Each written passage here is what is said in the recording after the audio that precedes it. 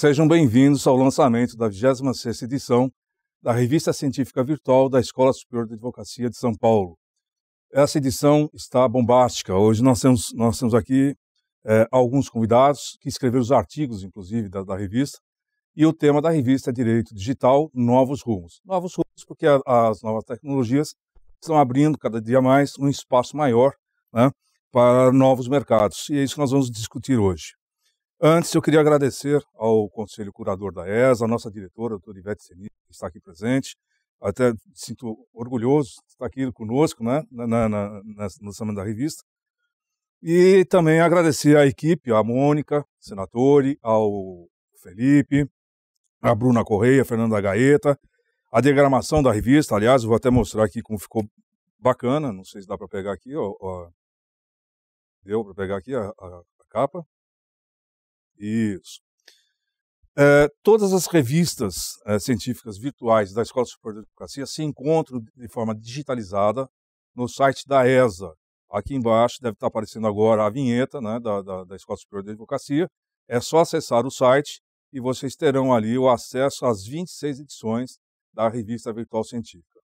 Lembrando que esse evento, que esse lançamento está sendo transmitido ao vivo pelo Facebook e YouTube. Então vocês podem acessar tanto Facebook e YouTube, e também tem a vinheta aqui embaixo, já encaminhando os colegas para esses links, tá?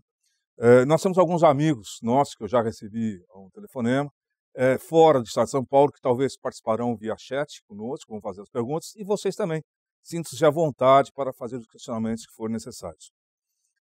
Lógico, eu não poderia abrir essa edição, esse lançamento, que para mim é uma coisa muito boa, a ESA promovendo a inclusão digital do advogado.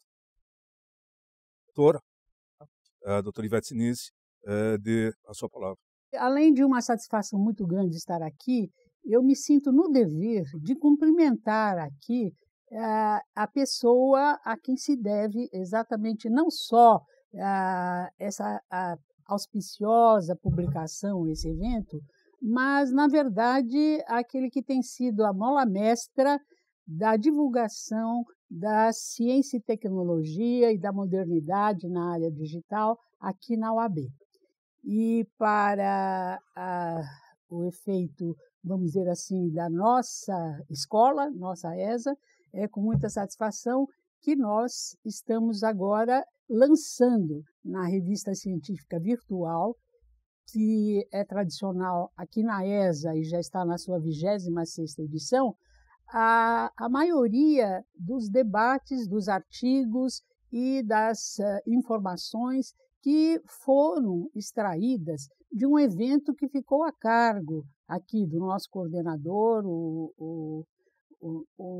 que é o responsável aqui, o Vitor Hugo Freitas, porque, na verdade, essa revista é o fecho de ouro de um evento que ele organizou no mês de agosto aqui na OAB e que foi promovido pela Comissão de Ciência e Tecnologia, que ele preside, e que nós tivemos a honra e a satisfação de também coparticipar, porque o Vitor, além de presidente dessa comissão, ele é membro do nosso Conselho Curador, secretário do Conselho Curador, e tem colaborado há muito tempo nessas questões de ciência e tecnologia. E eu conheci o Vitor, na verdade, fazendo parte de alguns eventos que ele promovia, que ele tinha o nome de Circuito Digital, não é? Nós fizemos essa aqui. Fizemos o Circuito Digital várias vezes, e esse foi o início de uma jornada muito auspiciosa que vem agora terminar depois do Circuito Digital que ele promoveu no mês de agosto, em 2 dias, reunindo uma quantidade enorme de especialistas na matéria e discutindo temas da maior importância nessa área. Nós achamos por bem que a ESA tinha que promover aqui a divulgação de tudo aquilo que havia sido discutido nesse evento e que, evidentemente, tinha que chegar ao alcance de um número maior de pessoas que não participaram.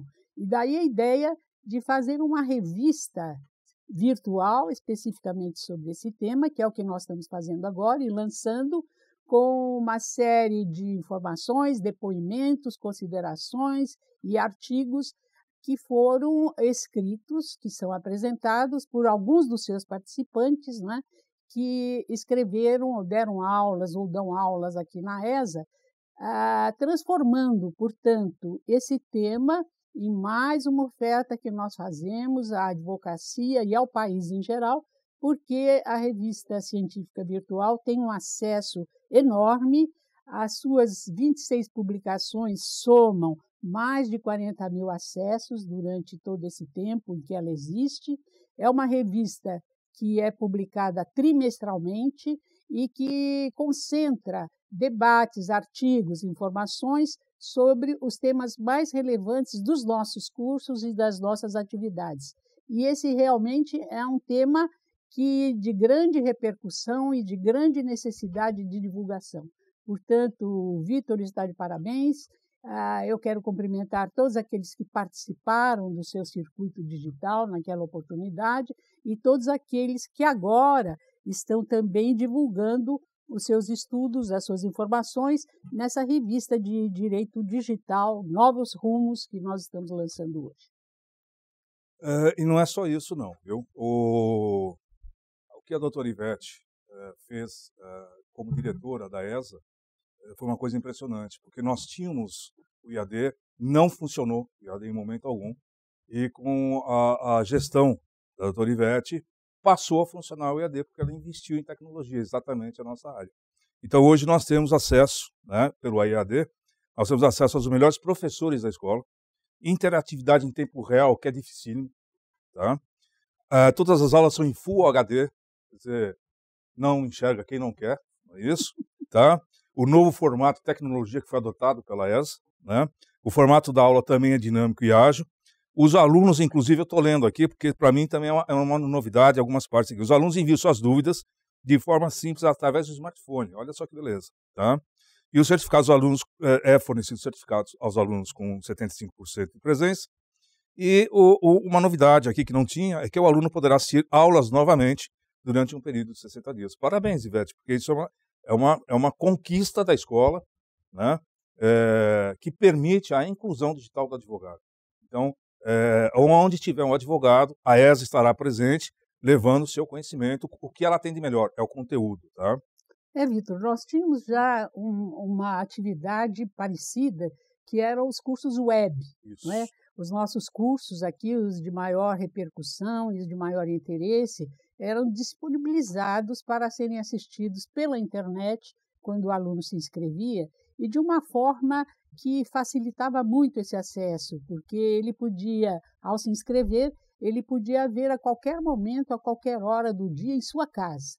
Só que era uma coisa um pouco limitada e nós já tínhamos tido uma experiência anterior, que eram esses cursos de educação à distância, que tinha sido tentado já, uma experiência tentada há alguns anos atrás, e que não havia tido sucesso porque a tecnologia realmente era deficiente. Então, nós resolvemos aperfeiçoar essa nova atividade e essa é a maior novidade que nós estamos oferecendo à advocacia, não só paulista, como brasileira, e até mesmo do exterior, Vitor, porque nós, às vezes, nós temos tivemos, inclusive, aulas que foram assistidas no Irã, não é isso? Correspondência que demonstram que o acesso extravasou as fronteiras do Brasil, nos Estados Unidos, no Irã, em algumas regiões da Europa, em que existem brasileiros interessados e que conseguiram, então, né, acesso aos nossos cursos através desse sistema. E é um sistema que eu acho que está sendo aperfeiçoado, porque ele já tem, assim, uma adesão de 23 núcleos do interior, que colaboram conosco, né, nessas transmissões, e, portanto, cada vez mais há um interesse em participar desta oportunidade que o interior e outras pessoas têm de assistir aulas que são dadas em São Paulo por professores de renome, especialistas, que eles não teriam oportunidade de ter nos seus locais. Com mais de 1.500 alunos. Mais de 1.500 alunos nos 23 núcleos que nós temos na ESA. E tem uma novidade aqui também, nessa gestão, foram aprovados a abertura de, inclusive, pós-graduação no interior. Né? Sim. Agora, recentemente, nós tivemos mais um núcleo de pós-graduação inaugurado no interior, graças à atividade dessa nova diretoria. E é um projeto, Vitor, de nós fazermos também cursos de especialização nessa área, que ainda não existe. Não é? Que já estamos providenciando. Então, a seu cargo. Bom, outra coisa interessante é que no primeiro semestre já de 2018, nós temos aprovados vários cursos de extensão, tá? Uma delas é a prática contratual, eu já vou até editar aqui, porque assim, se o pessoal quiser fazer inscrição, né? É a prática contratual, que vai de 16 de janeiro a 1 de fevereiro. Os temas relevantes do processo civil, que vai de 21 de fevereiro até 21 de março. As inscrições devem estar abertas já no site. Recursos cíveis à luz do novo Código de Processo Civil, de 1 de março a 22 de março. Questões criminais fundamentais, de 13 de março a 3 de abril. Reforma trabalhista, de 5 de abril a 26 de abril. Divórcio, do dia 18 de abril a 9 de maio. Iniciação de advocacia previdenciária, que é um tema excelente, né? Do dia 8 de maio a 12 de junho. E planos de saúde e jurisprudência aos tribunais, dia 21 de maio a 11 de junho. Então, as inscrições já estão abertas, é só acessar o site da ESA e já fazer sua reserva, porque depois que encher, aí nós vai ficar na lista de espera. Não é isso, Ivete? Tá? No curso EAD, eu acho que não há nem essa possibilidade de lista de espera, porque nós podemos abrir, não é? De maneira indiscriminada, nós não temos necessidade de um espaço limitado. Mas os presenciais precisam. Os presenciais precisam. E esses cursos que você citou são cursos EAD, são de educação à distância. Esses são é verdade. Esses aqui, então, eles podem ser repetidos. Pode eles são cursos que serão distribuídos nesse mesmo método que nós estamos utilizando para os cursos neste ano, em que 8 cursos foram disponibilizados por esse sistema de educação à distância e que se somam aos cursos de extensão presenciais. Agora, é necessário aqui enfatizar que esses cursos de educação à distância, aos quais são conferidos certificados de presença, eles exigem a presença física no local da transmissão. Mesmo no EAD. Não é um curso web que ele vê em casa a qualquer momento. Ele tem que ser recebido num local determinado, numa subseção, ou aqui, nós inclusive temos aqui na Praça da Sé uma sala especial para esses cursos, em que os alunos comparecem, registram sua presença, porque disso depende o certificado que ele vai receber de ter realizado esse curso, o que nós não podemos fazer quando o curso é feito em casa, a qualquer momento, a qualquer hora. Bom, para que o advogado, então, elimine suas dúvidas, ele deve comparecer nas subseções do curso EAD. Será realizado. Sim. E obter as maiores informações ali. Né? Então, eu queria agradecer também a Mônica Senatori pela coordenação desses cursos também, que está sendo alavancado, muito bem alavancado. Eu acho que o que nós temos que falar sobre a escola, nós vamos falar durante já falamos agora, mas vamos falar também durante o nosso evento. Tá? Queria registrar a presença do Frontino, aluno da Uninove, que se interessa por essa Direito de Tecnologia, esse tema, e o Alessandro Azzoni, né, que está escrevendo uma matéria sobre a reciclagem de lixos eletroeletrônicos. Tá? Eu acho uma matéria interessantíssima, porque o planeta não aguenta mais. Não é isso, Alessandro? O que você tem a dizer para nós aí, rapidinho, sobre o descarte de lixo eletrônico? As gerações futuras será justamente a parte dos resíduos, né? Então, a questão a grande polêmica do mundo daqui a pouco será os resíduos. E os eletrônicos, cada vez mais, nós estamos com a tecnologia trocando smartphones, computadores, e cada vez nós estamos tendo mais e mais problemas. E, por outro lado, os outros países começam a achar uma saída. O Japão é um deles, que descobriu que fazer o garimpo em lixo eletroeletrônico é muito melhor do que você fazer o próprio garimpo mineral. Ainda tem componente de ouro nesse? Tem. Quer dizer, o pessoal está fazendo garimpagem, mudou da Serra Pelada para Exatamente. Teve uma cidade no Japão que ela vivia exclusivamente da exploração da mina de ouro, metais preciosos, chegou à extinção do metal, eles não sabiam como fazer, eles descobriram que existia essa matéria-prima abundante, e eles começaram agora a importar resíduos eletroeletrônicos. Dizem que o ouro hoje é reciclado, né? É isso? Tudo que nós usamos em ouro já foi usado alguma vez em algum lugar, não é isso? Exatamente. Então, não só o ouro, mas platina, prata, outros componentes de metais de grande valor estão sendo... E eles perceberam que dentro desse processo eles conseguem uma quantidade maior, sem danificar tanto o meio ambiente, fazendo um bem. Só finalizando, então, se eu jogar um smartphone fora, o smartphone, cada peça dele tem um número que vão me achar, vão me localizar, ou não? Sim, ainda mais agora que saiu o decreto do presidente Temer, agora em outubro, no final de outubro, que antecipou alguns artigos da logística reversa, ou seja, ele antecipou a validade da logística reversa para os importadores, comerciantes, todos da cadeia produtiva, inclusive até as embalagens, eles vão ser obrigados a dar reciclagem. E, inclusive, nesse decreto, ele já habilita a fiscalização dos entes federativos. Tá bom. Voltamos já, daqui a pouco, no segundo bloco, a gente conversa melhor, tá bom?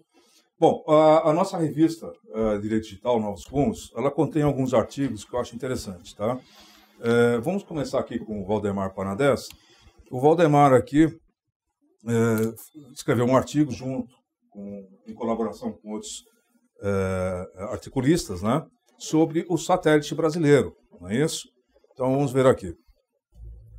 A perspectiva social do uso do satélite SGDC. Valdemar, explique para nós aí, resumidamente, o que vem a ser o seu artigo, porque nós queremos que a pessoa acesse lá o livro e lê, e mais explique para nós o que quer dizer SGDC.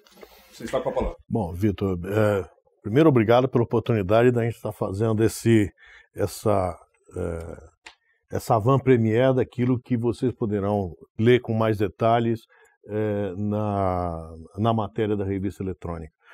Quando o Vitor havia proposto quais são as temáticas que poderiam ser abordadas no circuito digital, eu propus que o tema do satélite geoestacionário fosse abordado por conta de que é um investimento que é importante para a nação. Importante por quê? Porque essa tecnologia não só ela alavanca serviços para a sociedade, mas como também ela traz um efeito de halo sobre educação, sobre saúde, sobre o desenvolvimento tecnológico em si. E a importância do satélite é que ele vai trazer não só cobertura nacional, vai ser o suporte fundamental para o Plano Nacional de Banda Larga, e isso vai permitir que haja uma melhoria bastante significativa da sociedade brasileira, começando com a educação, tá, de básica e fundamental. Então, está aí o grande motivo. Há um espaço para o direito aí? Sem dúvida. Gostaria que você explicasse aonde. Nós temos vários advogados aqui nos assistindo, né? Isso é interessante. Vamos lá. Do ponto de vista do direito, a área de exploração de ciência e tecnologia tem uma série de entraves que exigem uma melhoria do arcabouço legal vigente. Primeira coisa. Isso é um espaço para o legislador. Isso é um espaço para aqueles que pensam e vivem direito. A outra coisa é que existirão conflitos na área de utilização compartilhada desse recurso. E aí vem quem é que vai mediar esses conflitos. Somente serão os advogados, os grandes vetores de solução. Na sua experiência, que você convive com o Instituto Nacional de Pesquisa Aeroespacial, você tem advogados atuando? Já tem algum curso, alguma ideia a respeito disso? Não. Ou nós vamos desenvolver essa parte? Tudo isso precisa ser desenvolvido porque a área espacial e aeroespacial, de modo geral, ela só se socorre dos advogados hoje por conta das questões contratuais e coisas desse gênero. As questões relacionadas com compartilhamento, licenciamento de frequências, utilização de espaços, etc. Abandono. E isso não está ao abandono, mas está muito aquém daquilo que poderíamos atingir. Então, o que você está dizendo é o seguinte: nós estaríamos em um marco regulatório. Sem E dúvida. o advogado pode contribuir nessa parte. E que o advogado, não só o indivíduo, mas a sociedade organizada, a OAB é um grande vetor para que essas coisas possam ser melhoradas e possam ser aceleradas. Vitor, o que você acha? Você que está bem por dentro dessa área, né?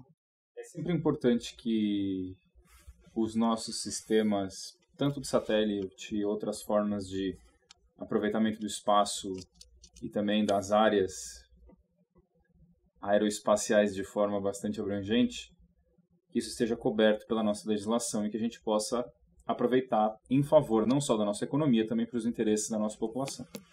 Então, é muito bom saber que tem espaço para esse tipo de atividade, só que ao mesmo tempo a gente fica preocupado, porque não sabe até que parte que foi regulada, que parte que ainda precisa de melhor determinação, puxando um gancho de notícias que sempre estão aparecendo por conta de drones, etc., um pouco abaixo da linha do satélite, Bem mas abaixo. que não deixam de ser importantes para a gente ter segurança e ter, de certa forma, confiabilidade de que esses dispositivos não vão nos prejudicar e que o espaço possa ser explorado da melhor forma possível para os interesses coletivos, Então, nós interesses do país. voltamos à posição da necessidade do operador do direito aí Sim. entrar, Sem dúvida. o espaço está aberto. Né? E daquele que conhece. Daquele né? que conhece. Exato. Nós somos, então, formar essas pessoas, vamos formar Sim. através da ESA, tá? Claro, com certeza. Ô, Valdemar, saiu agora, se não me engano, uma licitação, né? Mas não saiu ao público, né? Não saiu para nós. Por exemplo, não saiu a licitação para a OAB participar, foi isso ou não? O que foi que saiu aí? Alguma coisa que só não compareceu ninguém ali? Bom, vamos Estou lá. te perguntando porque eu não sou dessa área. Não, ok.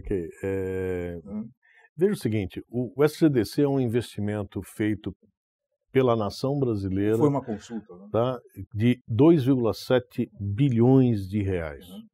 Nós estamos falando de $1 bilhão, um pouco mais, um pouco menos.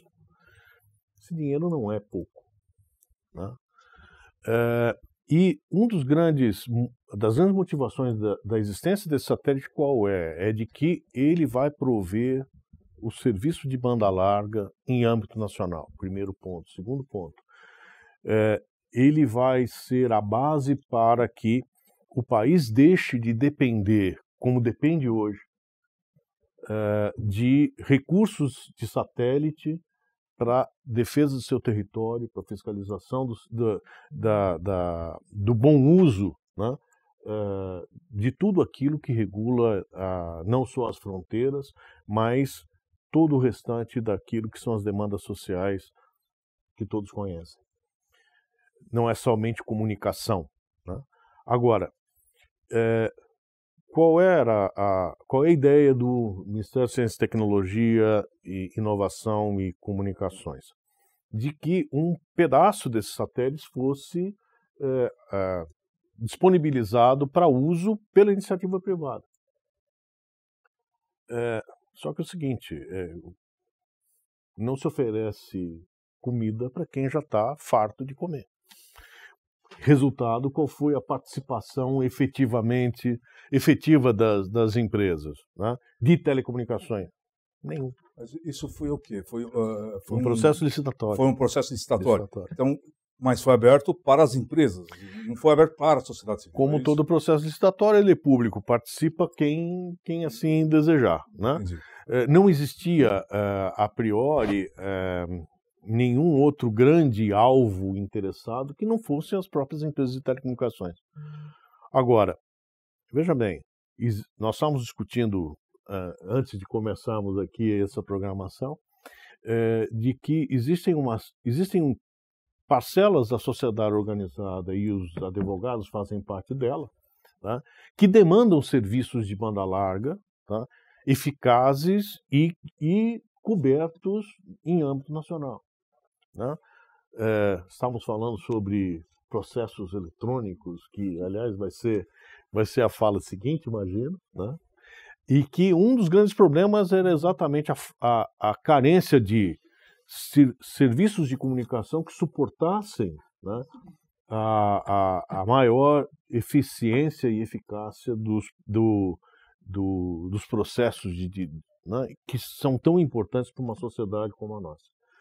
Então, por que não aproveitar um pedaço, tá, desse satélite por um pedaço organizado da sociedade brasileira, já que o investimento está lá? Isso é uma ideia? Não, eu diria que nesse momento é um sonho, é um devaneio criativo. Mas eu acho que os grandes projetos de ciência e tecnologia, quando eles não estão agregados a uma parcela significativa da sociedade, eles acabam se perdendo e ficando ou muito pequenos ou muito questionados em relação à sua validade enquanto um investimento da sociedade. E portanto, a nossa sociedade precisa de quê? Num país do tamanho como o nosso, não é inimaginável a gente querer milhares de quilômetros de fronteira, milhares de quilômetros de oceano, com projetos gigantescos de petróleo, gás, né? E ficarmos à mercê de contratar recursos satelitais de fora. Onde está a lógica disso? E outra, a agricultura de precisão está baseada nisso, a proteção das matas está baseada nisso, a proteção aduaneira, ou seja, e por que não falar de educação? Por que não falar de saúde pública? Por que não falar de levar serviços de alta qualidade para os rincões do país? Só que o satélite já está lá, já está voando. O que nós precisamos é fazer com que esse uso seja feito. Poderia participar e não está participando, é isso? Exatamente. Valdemar, quem foi que participou do artigo? Você acha que não fez sozinho, fez em colaboração? Não. Na verdade, eu fui um mero organizador daqueles que efetivamente entendem do assunto. Eu, quando propus o tema para o circuito digital, eu procurei, porque participo do programa de pós-graduação lá do INPE, o Dr. Carlos de Oliveira Lino, que é um dos especialistas do Laboratório de Integração e Testes, uma pessoa boníssima que recomendo para quem não teve a oportunidade de assistir a apresentação, que eu acho que ela deve estar disponível aí no YouTube, etc. E ele tem uma vivência muito grande do que é o esforço de desenvolvimento de satélites e do programa espacial. Do lado trouxemos também o Coronel Vital e o Coronel Guilherme Rodrigues, que são da Diretoria de Ciência e Tecnologia Aeroespacial, do Comando Aeronáutica, que estão diretamente relacionados com não só com a questão satelital, mas também com todo o programa espacial, né? E trouxemos o João Paulo Campos, que é o vice-presidente comercial da Visiona. Quem é Visiona? Visiona é uma joint venture entre a Embraer e a Telebrás, tá? Que é a empresa que vai operar o satélite propriamente dito. Portanto, são os especialistas a quem a gente deve a riqueza do texto que vocês vão ter disponíveis aí na revista da ESA. Então, vou recomendar, leiam o artigo, está muito bom, é muito interessante para a nossa área. Nós estamos aqui também com o Dr. Marcassini, e o Dr. Marcassini, ele falou sobre, deixa eu ver aqui, sobre o processo judicial eletrônico, né, as atualizações. Vamos ver aqui. Breves comentários, não é esse, está cheio aqui, tem um monte de artigo aqui. Aqui, breves considerações sobre a ordem de preferência dos processos, é isso? Acertei aqui, tá vendo? À luz da informatização e dos princípios da publicidade, da transparência e da razoável duração do processo. Eu acho que o tema aqui da razoável duração do processo também deve ser bem polêmico. Vou fazer um resumo, Marcassini. Bom, primeiramente, deixa eu cumprimentar o meu amigo Vitor por esse excelente trabalho. O evento Circuito Digital já foi fantástico, como todos os anos. Acho que eu já fui mais de uma vez nesse circuito, não fui? Não sei quantos eu fui mais. Mas Foi um excelente trabalho, assim como também o trabalho aqui da ESA, da professora Ivete, a publicação dessa revista.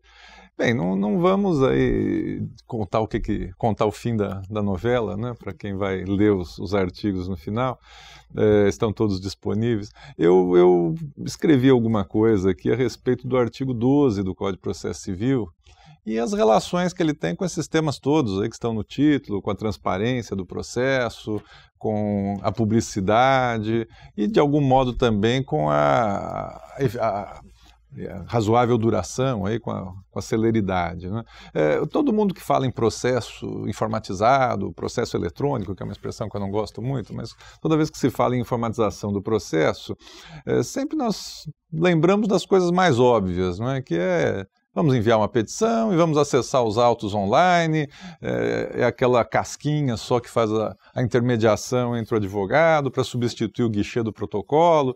Mas é importante pensar que a informática pode dar outros tipos de colaboração à estrutura de um processo judicial, do ponto de vista da gestão, da gerência, do fluxo, do controle que se tem sobre uma massa imensa de processos, e especialmente um aspecto que me agrada muito, porque para ser bem franco, é uma provocação que eu faço há bastante tempo, né?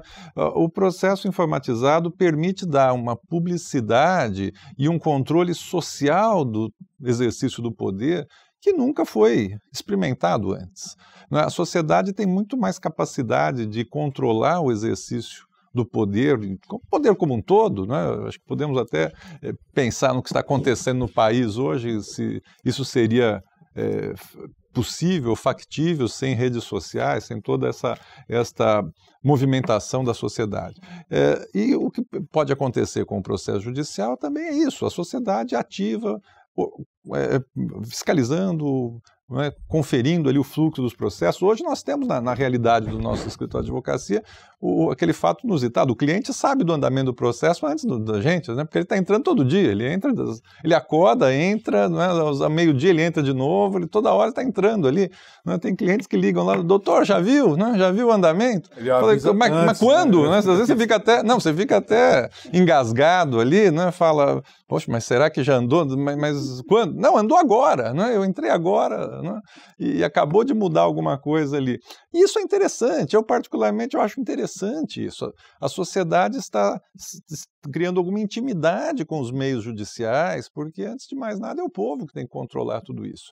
E do ponto de vista aí do meu trabalho, há muito tempo que eu fiz até uma brincadeira, eu fiz uma vez na faculdade, com alunos, numa experiência que eu tinha com alunos, um projetinho lá de informatização, era uma coisa meia boca ali, né? Era o que a gente mesmo fez os códigos lá do processo, etc. E uma coisa que eu fiz questão de colocar uma lista de espera, né? E os alunos brincavam, eu falei, não, isso aqui é a minha provocação aqui, né? O jurisdicionado, se não consegue um processo rápido, se o processo inevitavelmente vai durar mais do que o que a gente gostaria, eu acredito que, ao menos, o jurisdicionado tem o direito de saber qual é o lugar dele na fila, né? Então, o artigo 12 é um artigo que foi muito polêmico, né? Para quem não está lembrando dele, é aquele que, num primeiro momento, dava um ar de obrigatoriedade a uma lista cronológica de processos. Não é tão obrigatória a lista, porque há várias exceções ali no parágrafo, né? E depois esse artigo tanto foi polêmico que a lei posterior que emendou o CPC ainda durante a vigência, incluiu ali a palavra preferencialmente, né? Veja, não me faz diferença, porque do ponto de vista do que eu espero desse artigo, a mera divulgação dessa lista seria já uma grande vitória da sociedade. Porque, veja, evidentemente o órgão judicial tem algumas preferências, tem os casos de urgência, e há uma lista grande ali de preferências no parágrafo. Mas o cidadão, o jurisdicionado, tem que pelo menos saber em que lugar está na fila, né? E com isso todos nós podemos também, de algum modo, controlar o exercício do poder. Porque, veja, um autor até estrangeiro, que nem conhece dos nossos problemas aqui, faz um comentário bem interessante, né? Ele diz que, às vezes, a corrupção, né, se dá não por vender as decisões, mas por atrasar ou acelerar, né? procedimentos, processos. Então, é bastante importante que a fila seja divulgada. Se vamos dizer que essa fila deve ter um fluxo obrigatório, eu quero crer que a mera divulgação já colocaria o órgão judicial, mas já colocaria o órgão judicial, vamos dizer assim, na berlinda, no sentido de que se ele quiser furar aquela fila, ele tem que explicar por quê. Então, eu creio que nós não vamos engessar a atividade jurisdicional. As críticas que vieram sobre esse artigo 12 eram sempre nesse sentido. Não podemos engessar o órgão tem que ter aqui a possibilidade de uma flexibilidade para maior gerenciamento ali do processo. Tudo bem, não é? Mas fundamente, não pode ser uma coisa arbitrária, não pode ser uma coisa aleatória. Se há por um motivo razoável para se tirar um processo que está no fim da fila, acho que não há dificuldade em, com palavras, explicá-lo, não é? Veja, a razoável duração. Veja, esse é um princípio que foi inserido pela emenda 45, e eu sempre costumo dizer que é um princípio propositivo. Vejam, é da realidade dos próprios princípios constitucionais em geral, dos próprios princípios relativos ao processo, que é sempre muito mais fácil dar efetividade aos princípios negativos, né?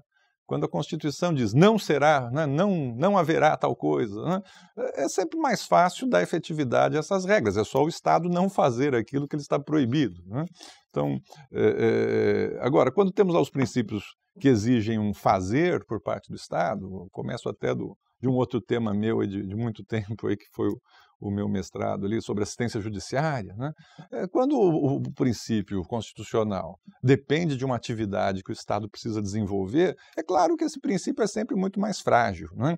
Então, a razoável duração do processo é uma promessa constitucional que depende de uma série de fatores, desde uma justiça bem aparelhada, uma lei bem estruturada, e que não aconteçam, né, algumas calamidades que às vezes podem acontecer, né, às vezes até por conta da informatização, aí quantas experiências ruins não se viu aí que um tribunal qualquer do país tenta informatizar e fica um mês fora do ar. Nós tivemos aí situações assim no país por algumas oportunidades. Então, esse princípio, evidentemente, depende, não é, de muitos fatores práticos para que ele se efetive, de maneira que eu considero muito mais uma promessa, não é, uma demonstração do poder, né, do poder legislativo naquela ocasião, quando editou a emenda 45, de que está atento ao problema, quase que um aceno, né, o legislador disse, não esqueci de vocês ainda, eu estou vendo que o processo está demorando, nós vamos fazer alguma coisa para melhorar, porque evidentemente não dá para gerar uma nulidade, não dá para coativamente impor essa regra. Né? Os princípios processuais que melhor se efetivam são os que provocam nulidades. Né? Incluiu uma prova ilícita, anula. Né? Desrespeitou o devido processo legal, anula, começa de novo. Né? E com a celeridade, justamente, não podemos nem anular, porque piora. Né? Se anular e começar de novo, aí é que não vai ser rápido mesmo. Vitor, alguma opinião? É um tema sempre bastante delicado, especialmente quando a gente pensa na velocidade que o Poder Judiciário nos entrega, aquilo que o jurisdicionado está pedindo, e as relações sociais no mundo digital. Então, às vezes, as pessoas carregam aquela ideia de que o Poder Judiciário é lento, a justiça é lenta e que é tudo para ontem, porque as coisas acontecem praticamente de forma instantânea e o nosso processo judicial eletrônico vem melhorando bastante nos últimos anos. Alguns sistemas ainda precisam entrar na era digital, quer dizer, eles exigem que o advogado vá presencialmente ao tribunal, que vá ao fórum para efetuar um cadastro, confirmar, mas devagar eu percebo que a evolução ela acontece e praticamente satisfazendo todas as necessidades, seja de sigilo do processo ou de abertura, acesso para que o juiz consiga estudar o caso eventualmente fora da sua vara, do local físico, quer dizer, ele e os assessores conseguem trabalhar de todo lugar e o advogado também, e isso ajuda muito nesse cenário de mobilidade. Quer dizer, antes a gente estava preso às 19 horas para entregar algum recurso, entregar alguma peça, agora tem até às 23h59, já melhora bastante, já que a gente vive nessa realidade. Mas também exclui outros advogados, né? Aqueles que não têm equipamento. Pois é, aí a gente vê que algumas situações de cima para baixo, a gente precisa ingressar na realidade digital. Se não vem por bem, vem por mal. Então, da mesma forma que lá em 95 a gente começou com declarações para a Receita Federal de forma digital e depois isso foi abolido o papel, todo mundo ficou desesperado, talvez daqui a algum tempo esse desespero para os advogados seja minimizado. Mas sim, a tecnologia vem melhorando e eu entendo que a passos até largos, se a gente olhar para trás há 10 anos, qual era o estágio do nosso processo, não só o eletrônico, mas a realidade processual dos advogados, e hoje é bastante diferente, a gente está começando a entrar em sintonia com o que acontece Marinello, na sociedade. fechando o bloco, nós vamos ter uma pausa, você concorda? Tem alguma colocação sobre o processo judicial? Eu acho que, como o professor estava colocando, em relação ao artigo 2 e vendo de uma forma holística a Constituição, o que se busca em última análise na Constituição é diminuir desigualdade, né? É o desenvolvimento e diminuir desigualdade. E eu acho que o processo eletrônico ele tem muito a contribuir com isso. Você colocou muito bem, Vitor. Hoje, ainda, não são todos que têm acesso, né? Mas eu acho que como princípio constitucional é o que a gente tem que buscar. Eu acho que o papel da ESA hoje aqui, debatendo esse tema, tem muito a contribuir, né? Porque eu acho que muitos ainda não têm acesso, só que essa caminhada é longa, mas eu acho que a gente tem tudo e a gente tem os mecanismos hoje, a gente consegue ter os mecanismos para avançar bastante nisso. Eu fiz a pergunta porque nós temos o caso aí, um precedente, que é da Prates, aquela advogada do Rio de Janeiro, que é cega, né? E não conseguia acessar os sites dos tribunais, e entrou inclusive com um pedido lá no Conselho Nacional de Justiça, pedindo para que eu utilizasse o processo em papel, foi negado.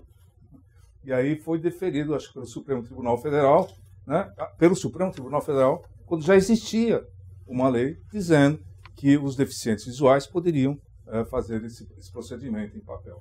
Então, é só uma questão de ver como nem tudo está ainda conectado, né? Mas irá conectar.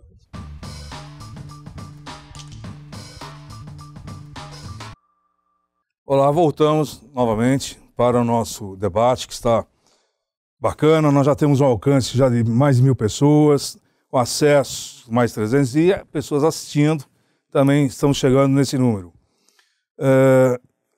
Nós vamos falar agora sobre o artigo do Luiz Marinello, que eu não sei se é uma lei nova ou não, são os breves comentários sobre a alteração da Lei de Inovação Tecnológica, com o advento da Lei 13.243 de 2016, é isso.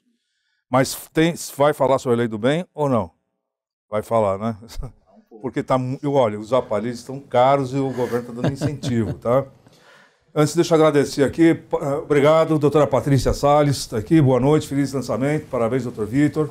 Júlio Santana, parabéns a todos aqui. Mariane Lara Gaspar, parabéns, excelente trabalho à frente da comissão. José Matias, parabéns a todos. Bom, nós estamos recebendo um monte de e-mails. Pessoal, se vocês tiverem alguma pergunta, qualquer dúvida, entre em contato, já coloca aí, já posta que nós fazemos as perguntas aqui no ar, tá bom? Marinello, com a palavra. Tá. Bom, eu não desejei boa noite antes, agora eu faço, né?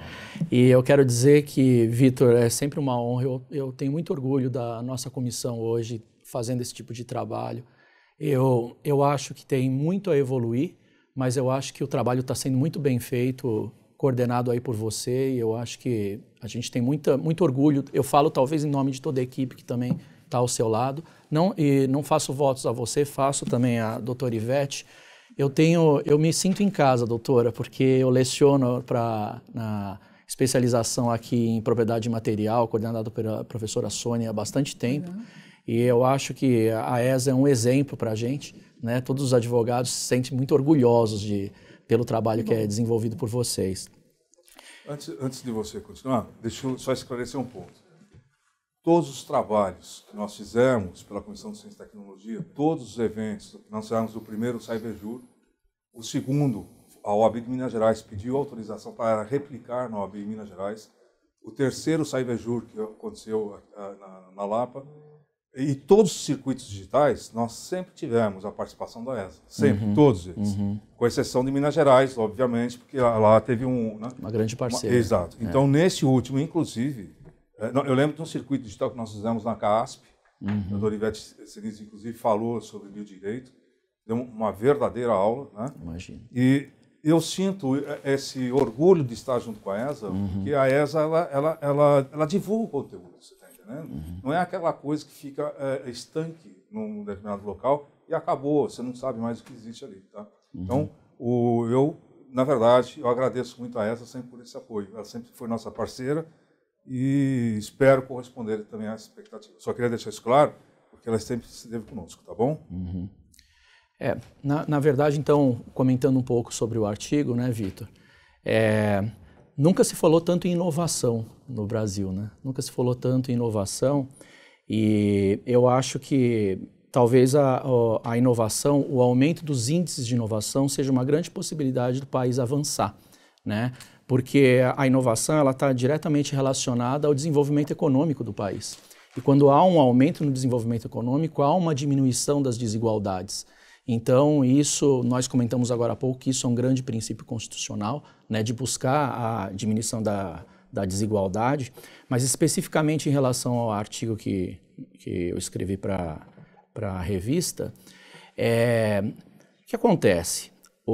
Existe um grande sistema que é o Sistema Nacional de Inovação, que existem entes embaixo desse sistema, né? E um dos maiores entes, normalmente o Estado, a academia e a empresa.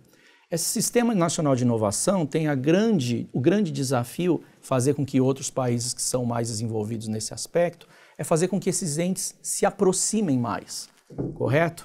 E a lei de inovação, ela tem esse princípio, ela tem esse objetivo de aproximar o Estado, aproximar a indústria e aproximar a empresa. Aproximar o Estado, a indústria e a universidade. É uma lei de 2004 que surgiu de acordo com a matriz constitucional do artigo 218, que trata da ciência, tecnologia e inovação, no sentido de criar mecanismos, criar sistemas de cooperação em que esses entes fiquem mais próximos, né? A Constituição Federal, lá desde 88, ela determina que o Estado crie esse tipo de mecanismo, e a Lei de Inovação foi uma delas. Especificamente em relação ao artigo, por que houve uma necessidade de avanço, né? Porque a Lei 10.973, que é a Lei de Inovação Tecnológica, ela necessitou de determinados avanços. Por quê? Porque ela é uma lei basicamente de direito administrativo. Como é uma lei de direito administrativo, ela tem as amarras do direito administrativo que são naturais do direito administrativo. O problema é que não se via essa aproximação entre a universidade e a empresa da maneira que tinha que acontecer. Então o legislador entendeu, através de um novo projeto de lei, através de uma nova legislação que é a 13.243, de criar mecanismos que sejam mais flexíveis para criar essa maior aproximação entre os entes. Parece que demorou um pouco a promulgação desta lei, exatamente por causa dessas amarras administrativas, foi isso?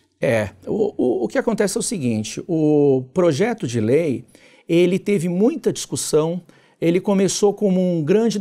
Na verdade, ele começou como uma emenda constitucional, que é a emenda constitucional 85, né? Dessa emenda constitucional havia um grande projeto para o que eles chamavam de Marco Legal de Ciência, Tecnologia e Inovação. Havia um grande projeto de se modificar diversas legislações e se viu, e o que se viu foi o seguinte, aquilo era impraticável. Eles queriam, por exemplo, alterar a lei da biodiversidade brasileira através desse marco de ciência, tecnologia e inovação, o que foi um erro. Então, o que o legislador entendeu? O legislador foi mais assertivo em determinado momento e foi direto ao ponto e fez as modificações que efetivamente deveria fazer. Basicamente, essa lei de 2016 preconiza o quê? O objetivo dela específico, qual seria? Vamos lá. Ela, na verdade, é um incremento à Lei 10.973, que visa aproximar esses entes do Sistema Nacional de Inovação que eu estava colocando. O mundo acadêmico também. Isso, o mundo acadêmico, a indústria e a universidade. O mundo acadêmico, a indústria e o governo, né? O que é importante lembrar, e você até mencionou quando a gente estava fora do ar, é que existem diversos mecanismos de incentivo à inovação. Um deles são os incentivos fiscais, que é tratado da Lei do Bem. Então, E respondendo objetivamente sua pergunta, essa Lei 13.243, ela melhorou alguns dispositivos que estavam muito atravancados ainda. Então, a gente acredita que a partir desse momento, talvez eu possa citar um exemplo, né? A possibilidade de compartilhamento dos laboratórios públicos.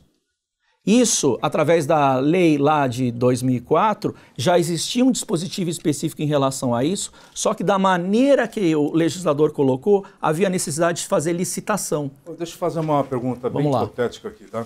Vamos supor que a ESA queira fomentar uma pesquisa, ok? Pesquisa com os seus alunos, desenvolver pesquisa. Por essa lei é permitido?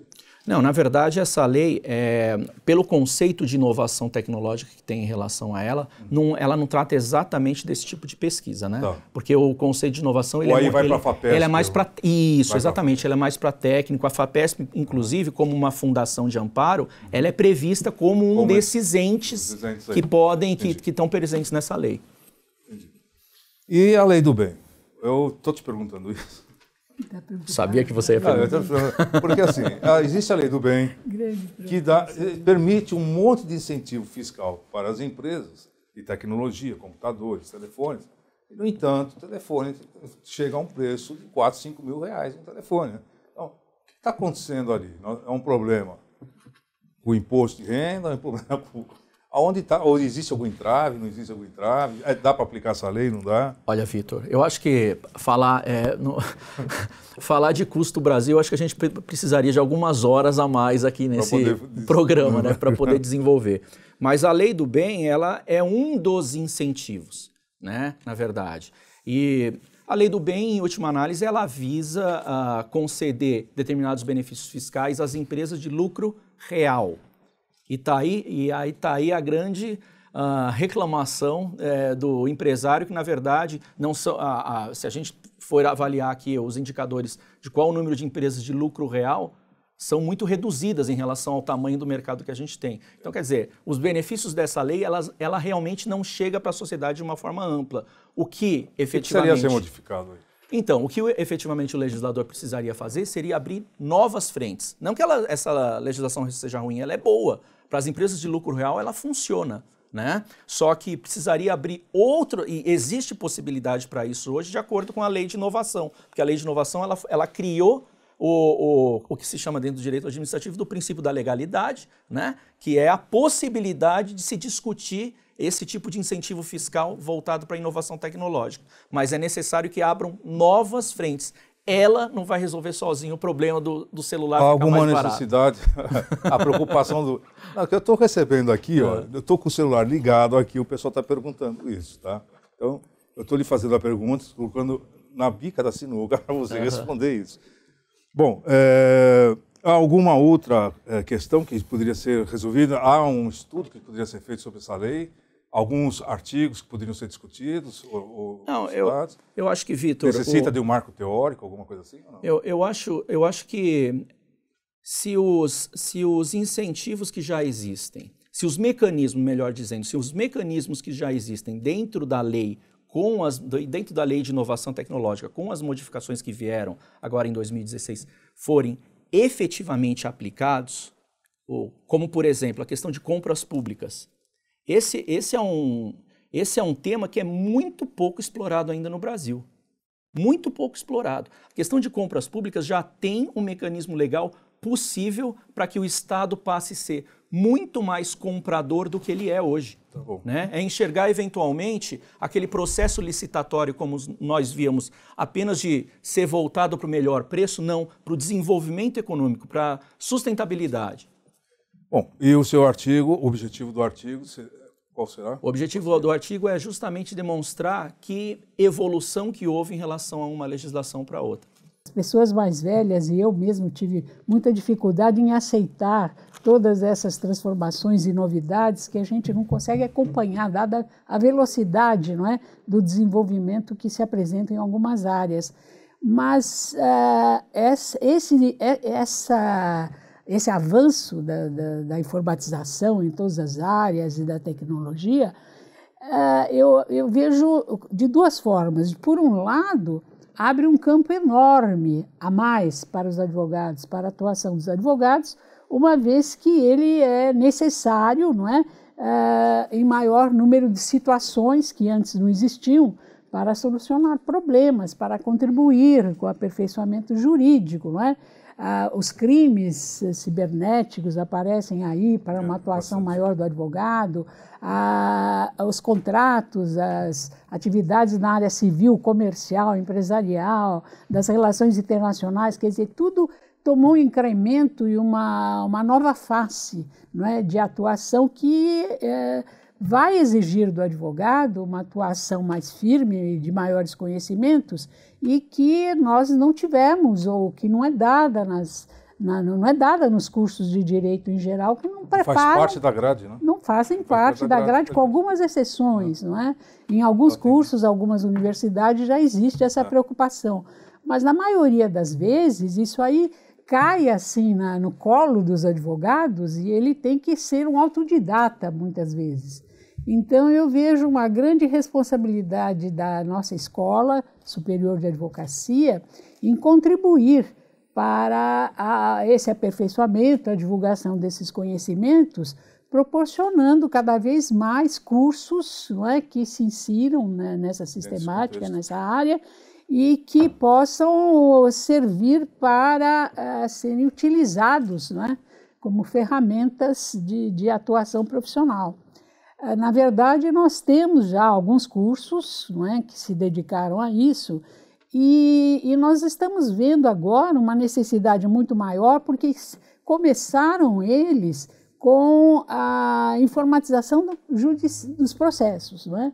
Quando o processo se tornou eletrônico, os advogados ficaram, não é, apavorados, que a maioria deles não tinha conhecimento de como fazer, como realizar, e a ESA já começou a proporcionar os cursos para preparar esses advogados para atuar de forma mais eficiente nos seus ramos de atuação. Mas agora nós vemos aqui pela manifestação de todos os participantes dessa mesa e verão todos aqueles que acessarem a revista e verificarem, não é, a diversidade das situações que são apresentadas aqui, dos problemas e dos encaminhamentos aqui, doutrinários, legislativos, etc., que a questão é muito mais ampla do que se supunha e do que ela iniciou, não é?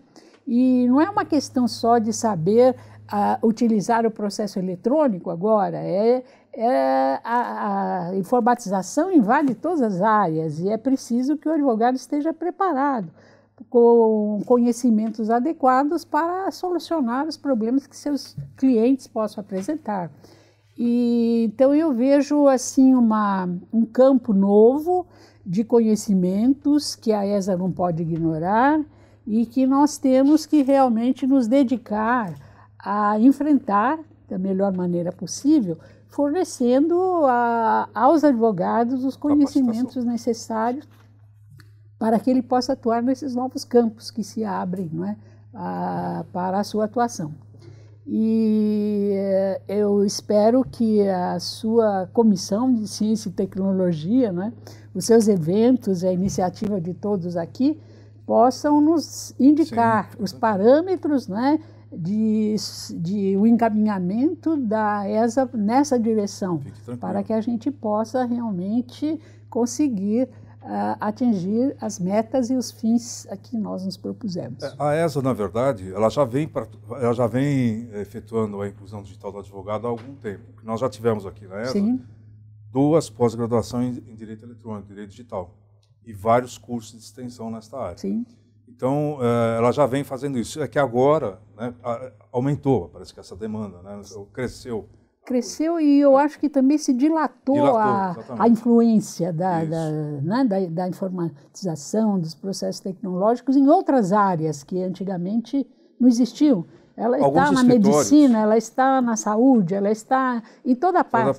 Não é? Alguns escritórios jurídicos nos Estados Unidos, eu estou falando isso porque nós fizemos até uma pesquisa, mas uma pesquisa também a minha boca. Os advogados eles são obrigados a programar em HTML para poder produzir, inclusive, as páginas lá dentro do escritório. uma questão de prevenção e segurança, tá?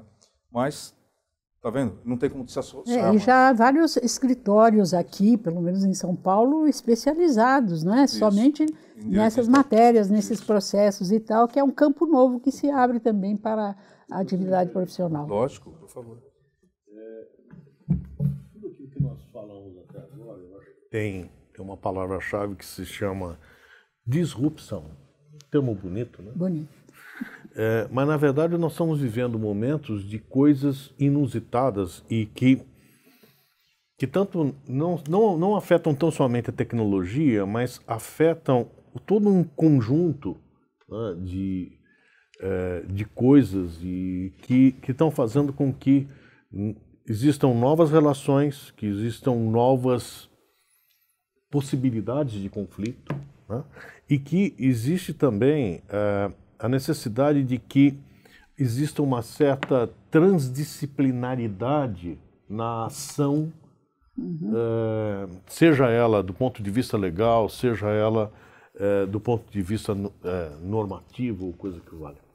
Então, eu acho que nas diferentes falas aqui, eu fiz várias anotações, porque eu acho que é um aprendizado muito rico, porque, por exemplo, nós técnicos, né? Eu não sou um advogado, às vezes estamos navegando em mares, né, em que nós estamos totalmente cegos pela ignorância, né, pelo véu da ignorância. Sim.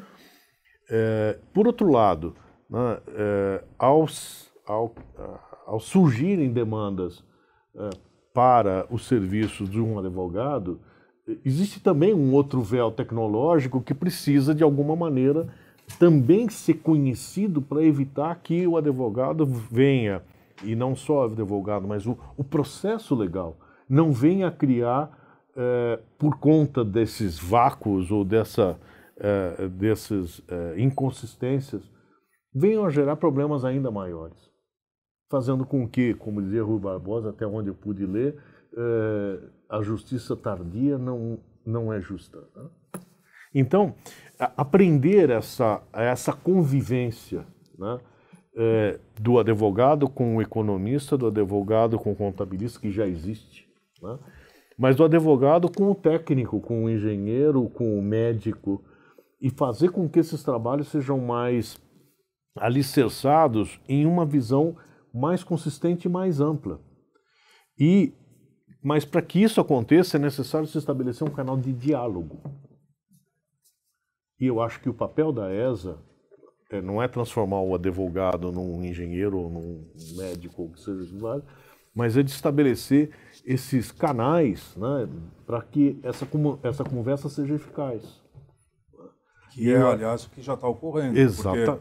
A ESA, quando ela faz os cursos de capacitação, por exemplo, ela está promovendo essa integração entre advogados, engenheiros, médicos, que estão utilizando. E é uma transferência de conhecimento. Uma transferência de conhecimento. Aliás, há uma pesquisa no Comitê Gestor da Internet do Brasil, que eu fiz parte, pela ordem, pela OAB, representando a OAB no Comitê Gestor, que é a que determina, né, as regras da Internet do Brasil. E essa pesquisa já demonstra que mais de 70% dos lares brasileiros já estão encampados dentro da internet, eles estão ocupando o ciberespaço, né? E, obviamente, que essa tecnologia muda comportamento. Sem dúvida. Entendeu? Então, eu acho que a ESA está fazendo esse papel. Ela está fazendo qual papel? Demonstrando essa nova perspectiva, né? E transformando o advogado da geração XY, por exemplo, para a geração Z, que é o que nós vivemos hoje, que é a era digital. Eu fiz um artigo chamado A Tecnologia Busca da Longevidade e da Imortalidade. Tá? Então, eu abordo nesse artigo um tema meio futurístico, mais real, então, portanto, não é ficcional, né? Onde estamos chegando a um passo, né, de fazer o backup, né, do cérebro humano para outra entidade orgânica ou não. Tá? Já existem estudos avançados nessa área, inclusive já há transferência, né, não tão bem sucedida ainda, de cérebros de ratos para redes neurais. E a ideia, mais ou menos, é o seguinte, tá? Então, o cérebro humano, ele trabalha com sinapse, tem uma rede ali dentro, e cada vez que ocorre uma sinapse, nasce a inteligência, segundo a medicina. E o que os engenheiros estão fazendo? Simplesmente estão fazendo uma simulação do cérebro através de redes neurais artificiais. Então aí fica uma questão interessante, né? A questão do backup do cérebro humano para uma entidade orgânica ou não orgânica. Então, esse backup pode ocorrer de duas formas, de uma forma não invasiva e de uma forma invasiva. No caso do backup de uma forma não invasiva, o que vai acontecer? Transfere-se o cérebro, né, de uma pessoa para um organismo e ela continua viva. E aí nós temos um problema, né? Quantas cópias poderiam ser tiradas desse backup, não é isso? Tá? Nós temos problemas jurídicos e éticos envolvidos aqui. Tá? Muito mais. E aí nós temos também o problema do backup invasivo, né? Ou seja, quando se faz aquele backup da mente e a pessoa vem a falecer. Tá? E aí fica uma outra questão se aquele backup transferido por uma máquina ou um objeto orgânico seria, né, detentor de direitos, seria um sujeito de direitos. Né? Como é que ficaria a capacidade sucessória, enfim, uma série de coisas. Eu fiz esse artigo porque... existe já um bilionário russo que está investindo muito dinheiro na transferência do cérebro humano, ou seja, do backup, tá? E há neurocirurgiões e neurocientistas também já promovendo esses estudos. Então, como o direito só opera após o acontecimento do fato, o que eu fiz aqui? Eu estou tentando colocar o direito antes do fato ocorrer, para a gente fazer uma discussão a respeito desse assunto, né? Tá? Por exemplo, uma questão que já é passível, né, de questões éticas é exatamente a clonagem. Tá? Só que a clonagem é de um órgão orgânico para outro órgão orgânico. Agora nós temos que ver como é que fica esse problema da clonagem do cérebro. Uma das pessoas envolvidas, né, e que acredita nessa clonagem é o cientista Stephen Hawking. Então, é uma coisa que está... Né, e o próprio Google, né, que desenvolveu o projeto Calico, que desenvolve estudos exatamente na clonagem do cérebro humano. Então eu achei melhor a gente colocar ali, vamos dar uma discussãozinha, porque isso, nós temos aqui estudantes, né, que quando chegarem lá no 4º, 5º ano, já estarão ali na frente, a tecnologia já estará talvez mais avançada, mas esse será um objeto, sim, a curto prazo, né, uns 20 anos, que será discutido. Tá? Mas é uma ideia que está colocada ali, e principalmente um fato importantíssimo, é que quando ocorre a sinapse no cérebro humano, tem a inteligência. E essa sinapse já é efetuada nos computadores neurais que já existem. Então, aí fica uma outra perspectiva, né, do direito. Tá? Quando passa a ter vida? Ou será que a inteligência do cérebro, daquele cérebro transferido, poderia ser uma continuidade daquela outra inteligência ou não? Então, são questões ali que existem, estão sendo discutidas. É isso aí, Fontino. Não sei se você gostou, mas é por aí a coisa. E agora nós vamos falar com o Alessandro Azzoni. Alessandro, você trabalha e milita muito na área de direito ambiental, não é isso? Exatamente. Então, e você tem aí um artigo que você vai publicar, talvez vá sair por aqui, inclusive, sobre o descarte do lixo eletrônico e digital, é isso? Isso. Você poderia nos dar uma ideia disso? Na verdade, ouvindo toda essa discussão sobre... Obrigado mais uma vez por estar aqui, por ter participado no Circuito Digital, gostei muito. Na verdade, assim, todo o processo tecnológico que nós estamos discutindo aqui vai gerar um resíduo. Todas as câmeras, todos os celulares, todos os computadores, uma hora ou outra vão ser descartados. Ou por uma tecnologia mais moderna e com certeza, cada vez que a tecnologia vai mudando, ela vai aprimorando, ela vai buscando uma alternativa menos poluente e com certeza isso vai se tornando. E a legislação vem seguindo. A Alemanha foi uma delas que antecipou muito a questão da logística reversa e a responsabilidade compartilhada. A logística reversa, que é devolver quem produziu, de uma forma bem grotesca, mas é devolver quem produziu a responsabilidade de reciclar ou dar destino final a esse resíduo. Isso já faz com que o produtor ou própria a empresa ela volte para a prancheta de projetos e já verifique se aquele produto não é mais uma questão de custo, mas uma questão de... Não é o custo que vai determinar se eu vou usar determinado produto para se tornar mais barato para eu vender, mas se ele vai ser efetivo, que esse produto barato, para mim eu não consigo reciclar. Vai me gerar um custo muito grande no meu processo de desindustrialização. Nós estamos criando agora um novo mecanismo. Nós temos o mecanismo da industrialização e agora um outro mecanismo, da desindustrialização. Quando você pega esse resíduo eletroeletrônico, você traz para uma empresa onde ela vai fazer o quê? Ela vai desmontar a linha de produção ao contrário. Ela pega o equipamento e desmonta ele em partes, onde tem partes que são recicláveis, onde você vai ter o plástico, onde você vai ter os componentes elétricos, as placas, tudo isso vai sendo desmontado. É como se fizesse uma produção ao contrário e dando a destinação correta para eles. O que não se pode reciclar vai ser dado a destinação correta ou para ou até um encapsulamento, no caso, para evitar a contaminação. E o meu artigo trata praticamente essa situação dessa modernidade e aonde nós vamos poder chegar. Nós comentamos anteriormente a questão lá do Japão, que é uma cidade de Osaka, que tinha uma grande mineradora, a Doya Holding. Ela fazia a exploração de metais preciosos e ela chegou no seu limite. Os metais preciosos, eles são finitos, né? Os nossos recursos naturais, eles são finitos.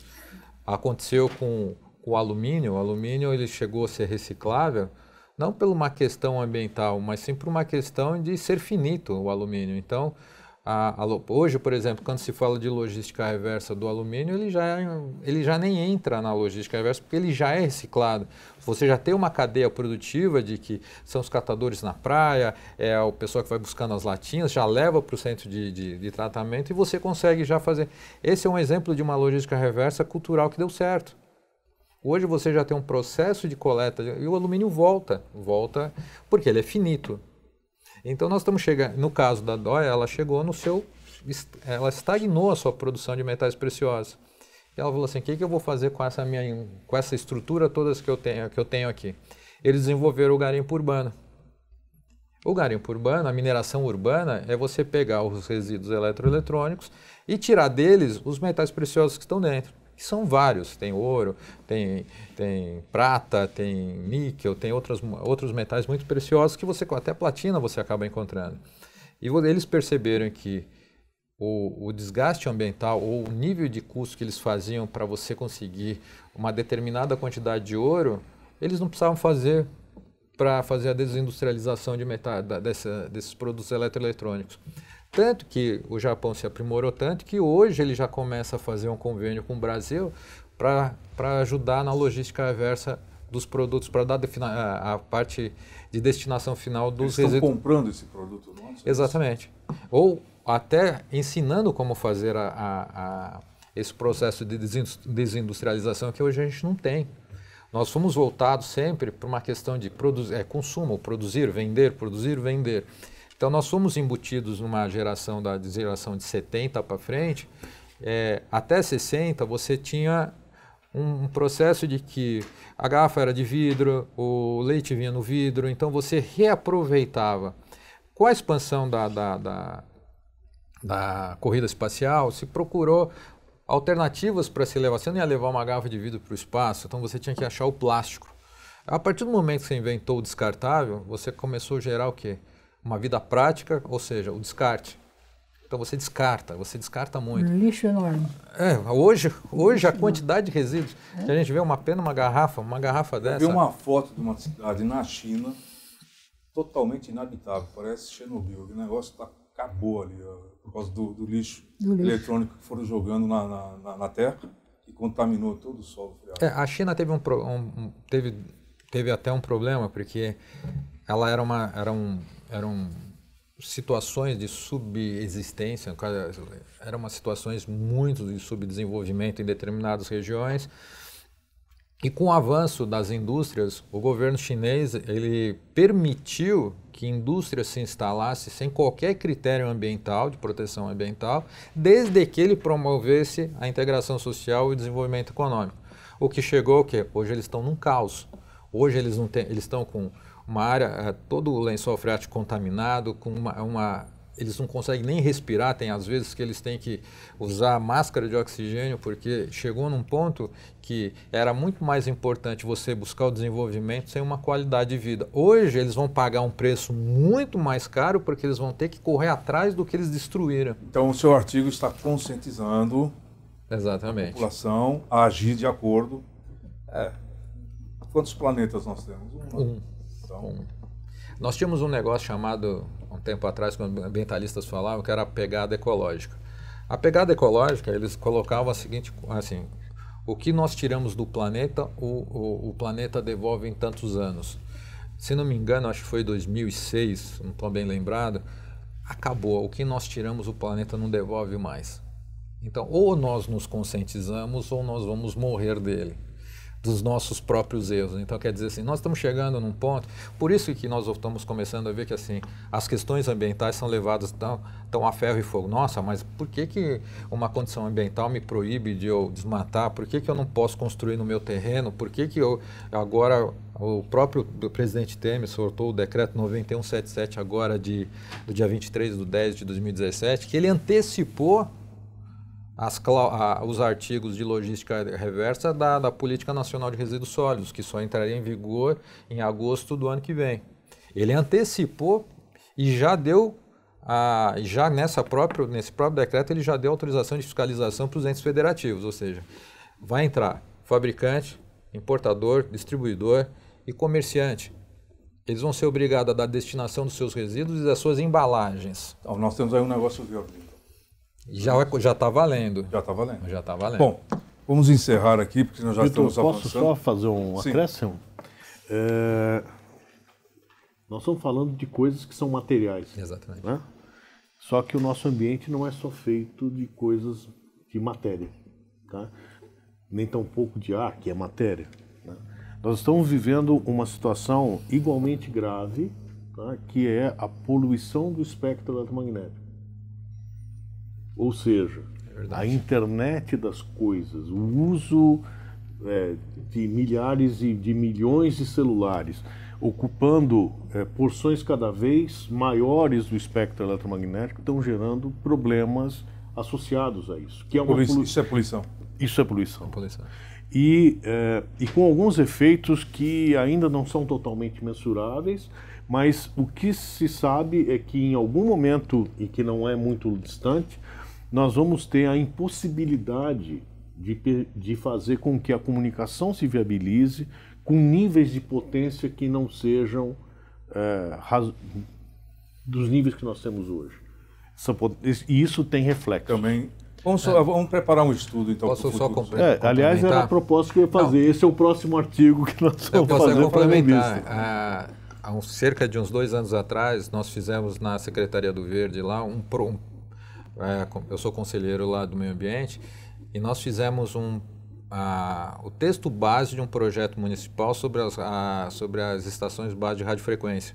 Uhum. E lá, para poder preparar aquele embasamento daquela proposta, daquele projeto de lei, foi exatamente isso. Tem lugares na Avenida Paulista que a frequência é tão alta que dá para fritar um ovo.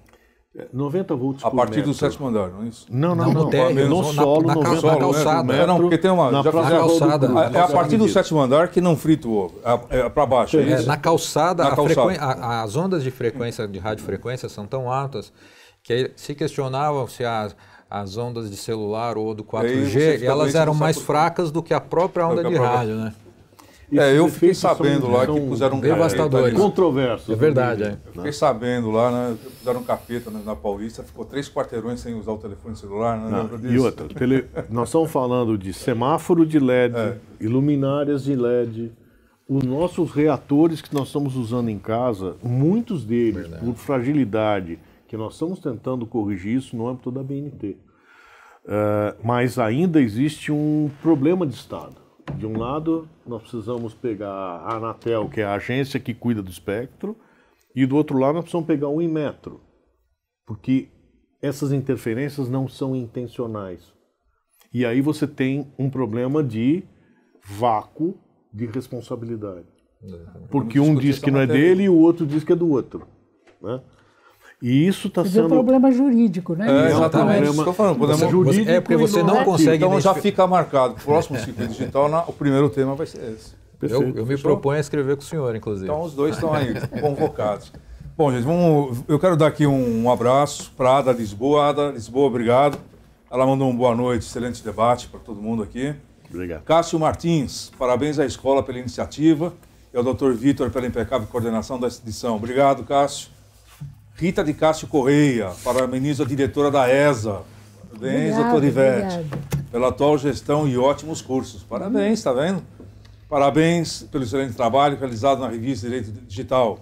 Gabriel Luquezzi, acompanha diretamente de Cuiabá. Está aí. Parabenizo a diretora da escola e os demais participantes. E Patrícia Ferreira, parabéns, doutor Marinello. Já foi, mas eu entrego parabéns para ele. Tá bom? Bom, então, 1 minuto para suas ponderações, para cada um de vocês. Bom, primeiro agradecer enormemente aí a oportunidade, mais uma vez. Primeiro de participar da Comissão de Ciência e Tecnologia, na qualidade de membro especialista, ou membro técnico, né?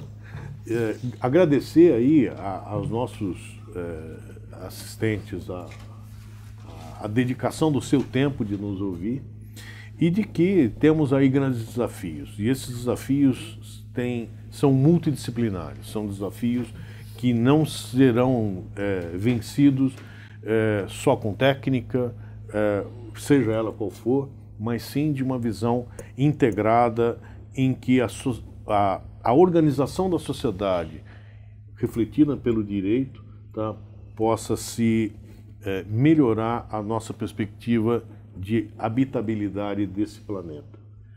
Muito obrigado. E obrigado fica aí pela o sua meu presença. Eu que tive a honra de receber o Marco Cassini. Bom, eu vou aproveitar esse 1 minuto aqui só para fazer um comentário. Você pode ter 2, pode falar. Não vou aborrecer o ouvinte mais do que 1 minuto. Eu queria aproveitar para comentar aquela questão que estávamos falando agora há pouco, até pelo que o colega aqui mencionou, desse estudo, dessa necessidade de um estudo interdisciplinar, transdisciplinar. Veja que principalmente no exterior, aqui no Brasil acho que as coisas estão sendo tateadas ainda, mas há uma preocupação de se ensinar tecnologia para as crianças, já nas escolas, programação de computador. Sim, na Inglaterra eles fazem isso. Sim, desenvolveram lá na Inglaterra aquele Raspberry Pi, não sei, para as crianças aprenderem programação, porque, veja, há uma frase que é dita já há bastante tempo, que eu já ouvi bastante tempo, que conhecer tecnologia, que para quem habita o planeta que no século XXI é tão importante quanto saber ler e escrever foi no século passado.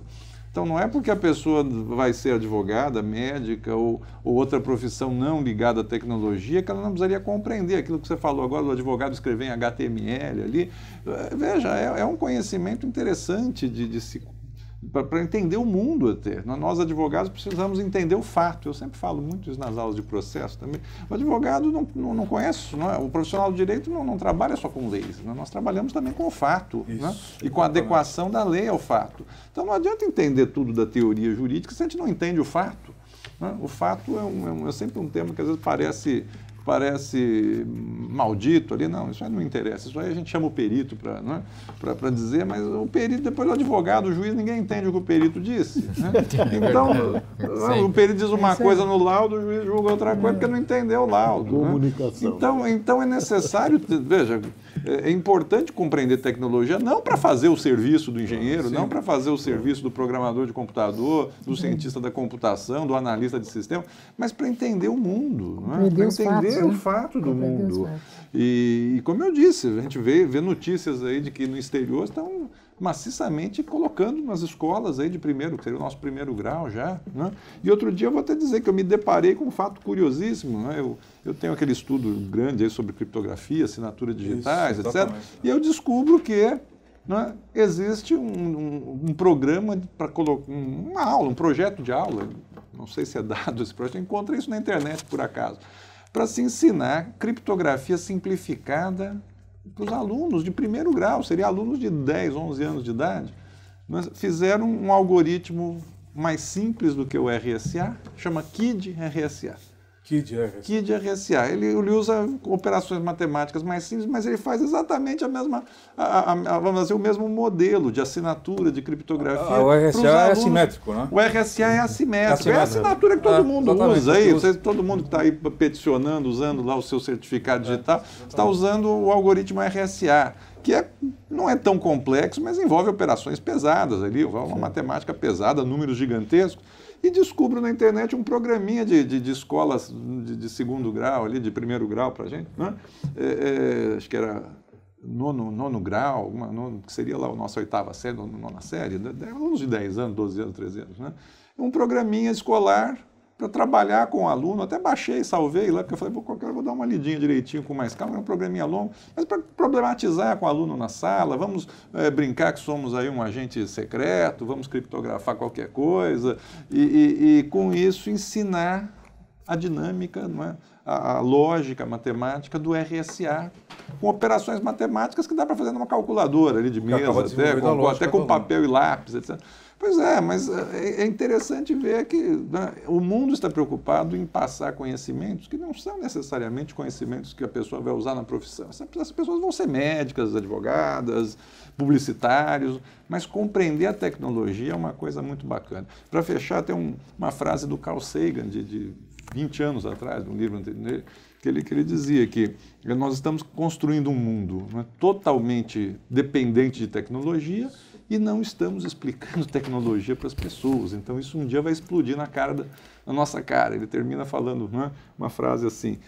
Então, realmente é importante as pessoas compreenderem o mundo. O mundo ficou mais complexo, infelizmente ficou. Mas, veja, os nossos avós, bisavós não precisavam nem tirar carteira de motorista, né? Nossa geração já precisou aprender a dirigir para conseguir circular minimamente nas cidades, né? Veja, a geração seguinte, ou a nossa, né, que está nessa transição, tem que entender um pouco do que nós estamos fazendo com a tecnologia, né? Vamos lá. É isso. Bem, obrigado. Vou deixar a doutora Ivete por último, porque ela fecha o programa, tá bom? Alessandro? Eu quero primeiramente agradecer as duas participações que você me proporcionou, tanto no circuito digital como aqui. É importante esse debate, principalmente pela questão da minha área de atuação, que é o direito ambiental, e que às vezes a gente fica muito voltado achando que é só para áreas de proteção ambiental, área verde, e na verdade nós temos um pouco mais avançado. Inclui-se até agora na discussão o meio ambiente digital.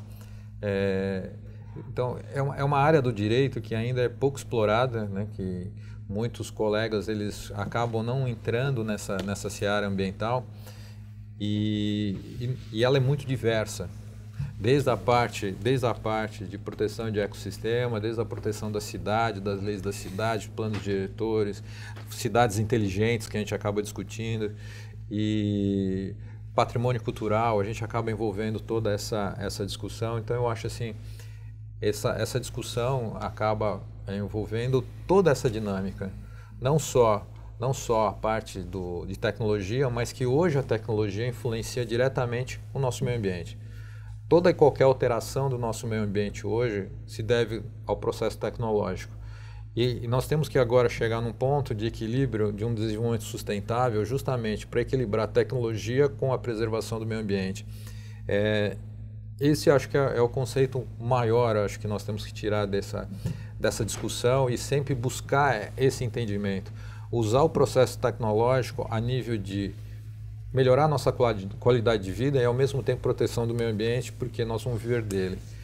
Eu agradeço e deixo sempre aberto que você precisar de mim. Fica tranquilo aqui, nós somos todos acadêmicos, tá bom? Obrigado. Eu vou falar agora.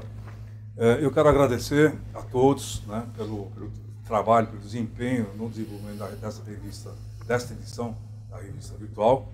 Queria agradecer ao Conselho Editorial, que tem lá a doutora Gilda Figueiredo Ferraz, José Rogério Cruz Itucci, Luiz Flávio Borges Durso, o Marcos Vinícius Kikunaga e a Regina Beatriz Tavares. Obrigado por esse Conselho Editorial. Foi eleito agora há pouco tempo, não é isso? Ao coordenador de elaboração, que sou eu, mas a minha parte aqui só foi juntar os artigos, tá bom? A jornalista responsável, a Marili Ribeiro, a coordenação da edição, a Bruna e a Fernanda, a diagramação, Felipe. Parabéns, Felipe. Vamos dar mais uma olhadinha aqui. Consegue pegar aqui a revista? Aqui, ó. Parabéns, Felipe. A Mônica, coordenadora aqui da ESA. O telefone da ESA vocês têm, qualquer dúvida é só entrar em contato e falar com a Mônica, tá? E a revista, essa revista, assim como todas as revistas, já estão disponíveis, né, nesse link que vocês estão vendo aqui embaixo, tá? Essa revista já está aberta a vocês, é só fazer o download ou ler online, tá bom? Quero agradecer ao Frontino por estar presente aqui. Frontino, muito obrigado. Sei que você faltou a aula para vir aqui. Agradeço e espero que você continue, né? Porque agora você quer mudar, você quer encampar a advocacia de uma vez. Que depende de mim, conte comigo, tá? E vou deixar a doutora Ivete, nossa diretora, fechar o programa.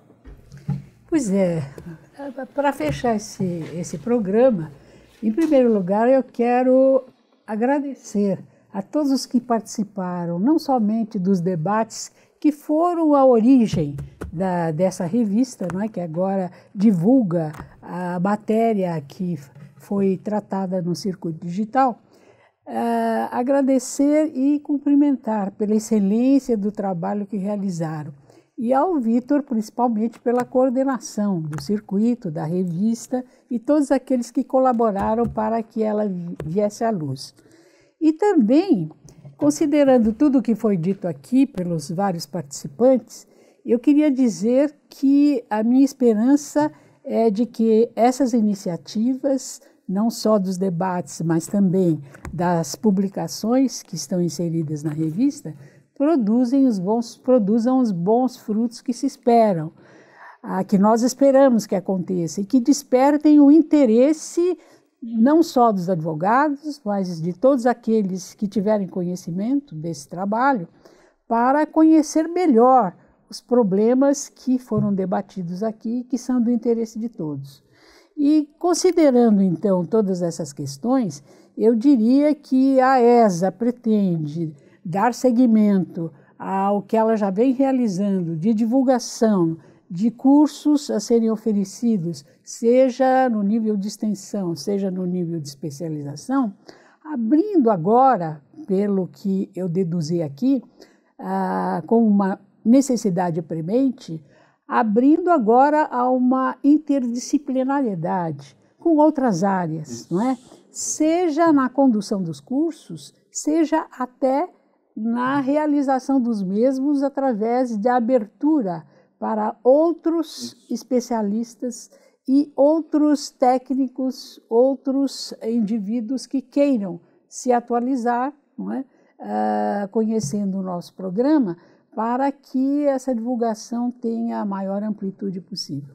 Então, se nós conseguirmos aqui incrementar os nossos cursos de maneira a levar em consideração a necessidade dessa interdisciplinariedade, como foi aqui salientado, eu acho que a gente vai produzir um ótimo resultado, não somente para a advocacia em geral, mas para toda a comunidade, para que esses problemas sejam debatidos e se encontrem as soluções mais condizentes com a realidade. Obrigado. Não é?